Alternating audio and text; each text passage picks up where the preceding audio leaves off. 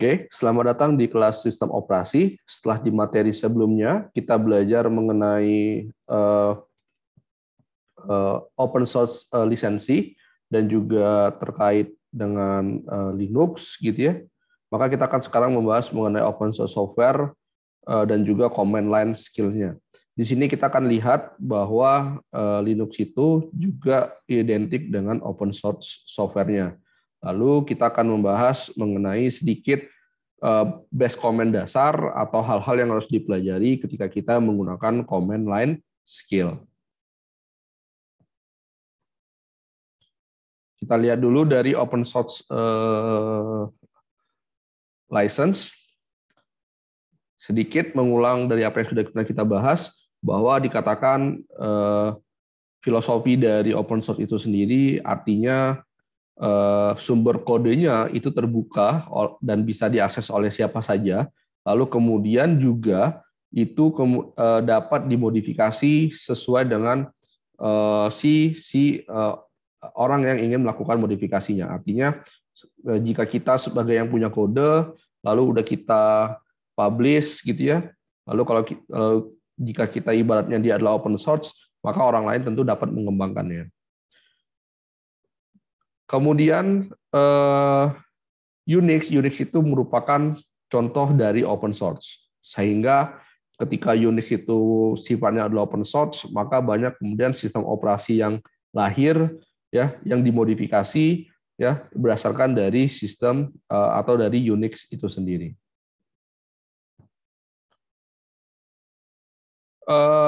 Lalu berkaitan dengan hal yaitu processing software atau software yang ibaratnya berlawanan dengan open source, di mana ada kategorinya, ada ownership, ada money transfer, ada license. Kalau ownership ini berkaitan dengan kepemilikan properti atau kepemilikan intelektual terhadap suatu aplikasi tersebut. Lalu kalau money transfer berarti ibaratnya membeli, ya. Bagaimana cara membelinya, kemudian berapa biayanya dan segala macamnya. Kalau license, apa yang kemudian kita dapatkan, hak penggunaan seperti apa terkait dengan softwarenya, dan banyak lagi yang lainnya. Kalau berkaitan dengan open source, ini kita ada mengenal beberapa istilah license, ada end user license atau EULA gitu ya, lalu ada GNU, General Public License, GPL, lalu benar-benar ada yang istilahnya FOSS atau Free and Open Source Software. Ini yang kemudian kalau tipenya FOSS, maka kita dapat melihat source code-nya, modifikasinya, lalu kemudian mendistribusikan ulang aplikasi tersebut. Kemudian pengenalan dari istilah open source ini mulai dikenali di tahun 1985. Lalu ada istilah yang dikenal dengan nama copyleft. Kalau copyleft ini ya, ini berkaitan dengan seseorang yang melakukan modifikasi terhadap software tersebut, ya. Lalu kemudian ketika mereka ingin melakukan share kembali, ya, mereka tentu harus mewajibkan mencantumkan mencantumkan kode source sebelumnya dari siapa, gitu ya, kode left. Lalu kalau dari istilah develop-nya, tadi sudah pernah dibahas, ada General Public License atau GPL. GPL itu sendiri ada GPL level 2, level 3, level LGPL V2, ada LGPL versi 3. Lalu kalau berkaitan dengan Creative Commons gitu ya, dengan hak kreativitas kepada yang mendevelopnya gitu ya, ini banyak, ada beberapa istilah, ada attribution, ada share alike kayak copyleft tadi, ada no derive, ada non komersial gitu ya. Lalu ada ini contoh-contoh, ini pengertiannya ya. Kalau attribution ada CC-BY gitu ya. Nah, ini gimana bentuknya, atau ada yang CC-BY-SA ya, dan banyak lagi jenis dari Creative Commons tersebut. Lalu itu tadi sedikit mengenai license atau open source software. Nah, ini kita coba lihat dari sisi command line interface. seperti yang sudah pernah dikatakan sebelumnya di materi-materi yang sebelumnya dibahas bahwa next level dari penggunaan Linux itu adalah harus bisa menguasai command line interface. Ya, bahwa command line interface itu memiliki power atau kehandalan gitu ya, kemudian kecepatan dan juga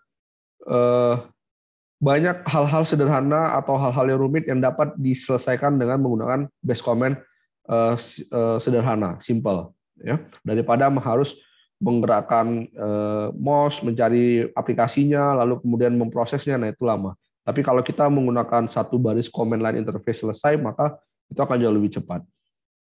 Dengan mempelajari command line interface, user can easily, nah ini kan artinya dengan lebih mudah atau lebih menjadi produktif, ya, karena memang ketika kita sudah menguasai CLI, nah ini tentu kita akan dapat dengan mudah mengoperasikan sistem operasi Linux. Selanjutnya saya akan menyebutnya sebagai base command aja, seperti itu, ya. Perintah ini sebenarnya merupakan software, ya, atau program yang sebenarnya terdapat di dalam sistem operasi Linux yang ia dieksekusi dengan melalui command line interface, ya. Tentu saja sehabis itu dieksekusi oleh komputer. Untuk mengeksekusi sebuah perintah, maka perlu juga harus mengetikkan nama perintahnya, ya. Ini adalah salah satu contoh base command ls, ya, di mana base command ls ini digunakan untuk menampilkan isi dari suatu direktori, ya, atau ibaratnya kalau mau lebih mudah mengingatnya list. Beberapa komen kadang harus mengharuskan adanya input tambahan, ya, supaya bisa berjalan dengan baik. Nah, ini ada dua hal yang berkaitan dengan additional inputnya. Ada yang dikenal dengan nama option, ada yang dikenal dengan nama arguments, ya. Jadi contohnya, nah ini lihat dulu bentukannya, komennya apa, spasi, lalu ada option dulu, lalu spasi, argumennya apa. Nah, kita akan lihat apa itu option, apa itu argumen. Kita lihat dulu argumen. Nah, argumen biasanya mengikuti dari base command apa yang akan kita ketikkan. Di sini contoh ketika kita mengetikkan base command ls, maka argumen selanjutnya adalah direktori apa yang kita ingin lihat isinya. Kalau di sini kemudian kita isikan /etc/ppp, maka hal tersebut adalah argumen. Jadi base command-nya ls, lalu kemudian argumennya /etc/ppp.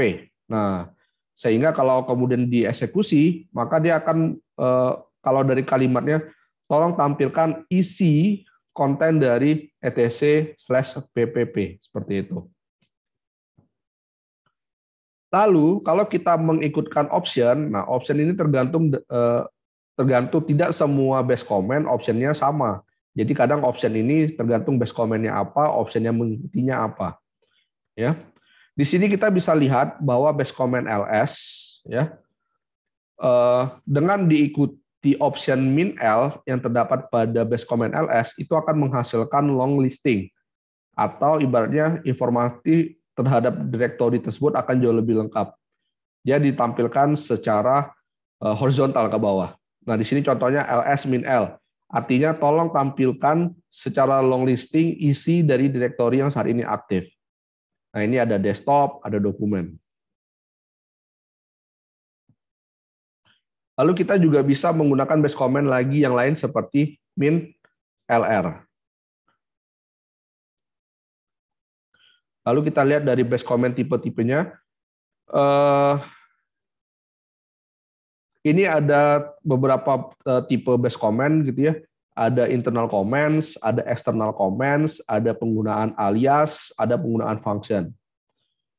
Ini kalau internal commands ya, kita bisa coba dulu misalnya kita ketikkan kata type kemudian cd, maka akan ada informasi yang aktif di sana bahwa ini adalah bawaan dari shell misalnya. Ya. Lalu kalau dari external command, maka sebenarnya command atau perintah tersebut atau atau baris komen tersebut itu merupakan dari aplikasi yang berada dari segi bukan dari sistemnya atau bukan dari selnya, tapi memang ada suatu program yang ada di dalam Linux yang kemudian diakses dengan menggunakan kalimat kayak gitu ya atau komen seperti itu. Contohnya which ls. Nah, ini menandakan di mana letak dari base komennya ls. Ternyata ls itu merupakan suatu program yang terletaknya di dalam bin/ls. Atau which call. Nah, ternyata call itu merupakan aplikasi yang berada di dalam usr/bin/call. Itu disebut sebagai external comment. Jadi dia merupakan mengakses bukan dari si selnya itu sendiri. Sel itu mungkin ibaratnya seperti terminal atau sistemnya.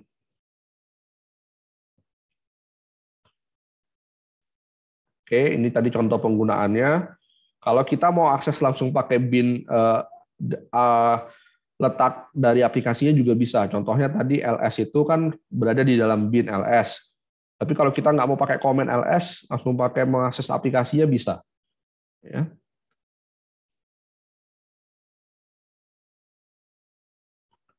Lalu ada istilah namanya control statement. Nah, ini control statement biasa mengizinkan kita untuk menggunakan multiple comments, ya, yang akan dijalankan sekali atau langsung berbarengan dengan komen tersebut.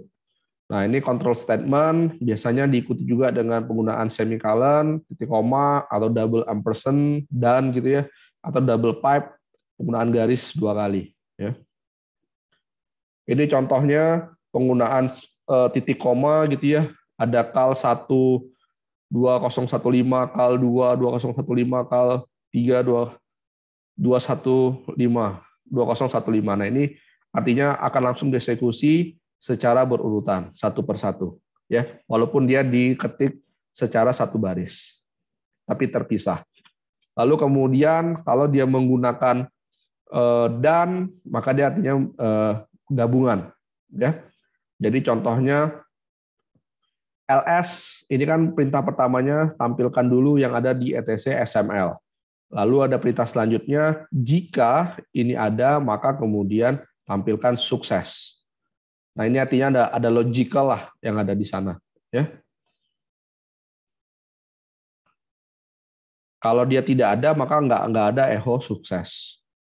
Nah, ini kalau penggunaan pipe dia logicalnya seperti or, ya.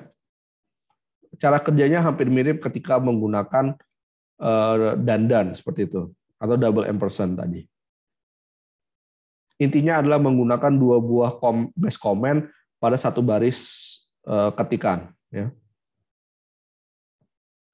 Selesai sampai di situ yang dapat saya sampaikan mengenai materi kali ini. Mungkin dapat kita lanjutkan lagi selanjutnya di materi yang lain. Terima kasih.